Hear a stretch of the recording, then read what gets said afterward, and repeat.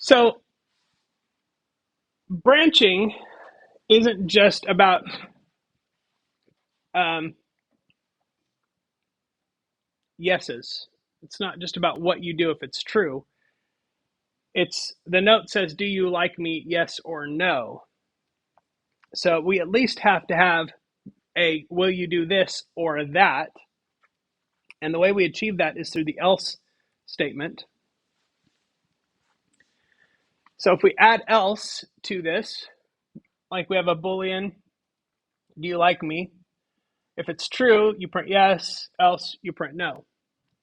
So you do this block if it's true, you do this block if it's not true.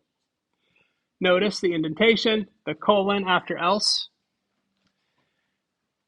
You always want to have an else. There's very few times that you're only going to have an if without an else, because you almost always want to keep track of something if it's a no. So this works pretty much the way you would expect.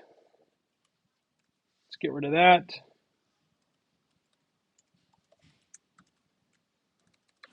Line me equals true if. Now, if I have a Boolean value, I can just test it as true or false, just like that.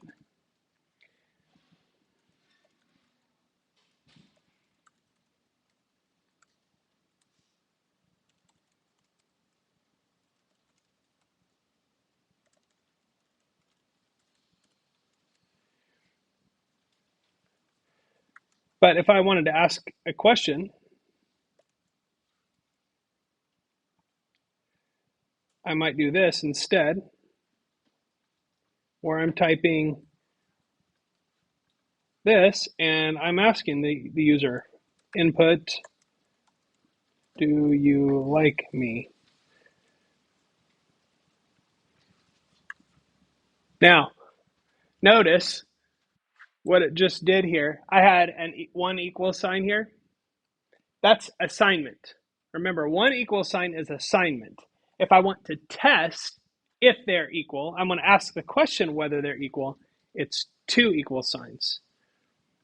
Very common. I even do it all the time. Forget the double there. But now it's going to ask, yes. It says, do you like me? Now, obviously, if I say no, it says, you don't like me. But if I say monkey, it also says, you don't like me.